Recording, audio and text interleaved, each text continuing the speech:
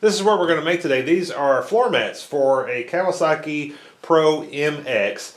And if you buy them, they want $100 for these, for just two of these mats. I made these for right at $12.50 because I bought a mat that was $25 and I actually get two sets out of there. So these were about $12.50. And then the cargo mat that they wanted, I think $130 something for that. Anyway, with tax and everything, it was $250 for the cargo mat and these mats, and I got all of it done for less than $50. So saved $200 on the mats. All right, let's get started. Now what we're using to make these mats is it's a Traffic Master commercial mat from Home Depot. These mats are they're just heavy duty rubber.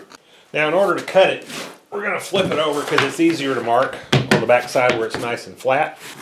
Now my cargo box measures 33 1/4 by 44, so we're just going to lay that out.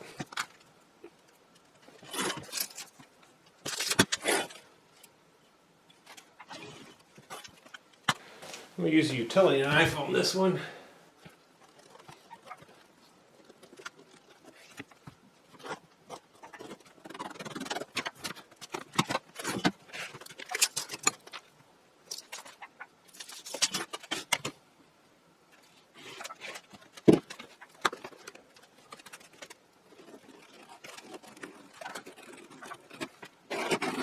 Okay, and that's all there is to the cargo mat. Just like that. Saved $100. Now, to make the templates, you have to find a picture of the mats themselves that's straight on. You know, not just off to the side like this or they're going to be the wrong shape. You got to get something that's straight up and down like this. And then you just put it into a program. I used Inkscape. And what I did was I measured in my Mule how far it was from here to here, and then I went into Inkscape and I made a box that was that size, and then I just blew up the image until this from here to here matched the size of that box, and then I knew that the picture was the right size.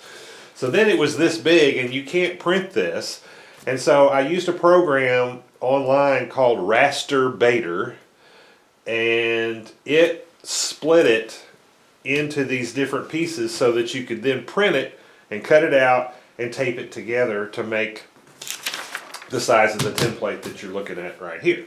Now in order to cut it, we're going to flip it over because it's easier to mark on the back side where it's nice and flat. If you're doing the floor mats, be sure that you flip them over the correct way before you trace them out.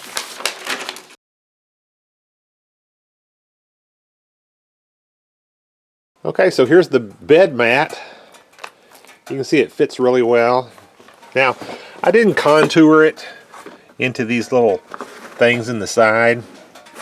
You know, you could go to that trouble if you wanted to. I just wasn't willing to go to that effort.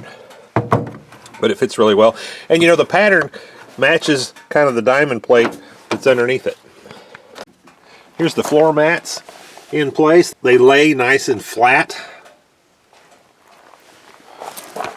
and look really good. All right, well, I hope this was interesting to you. Thank you for watching.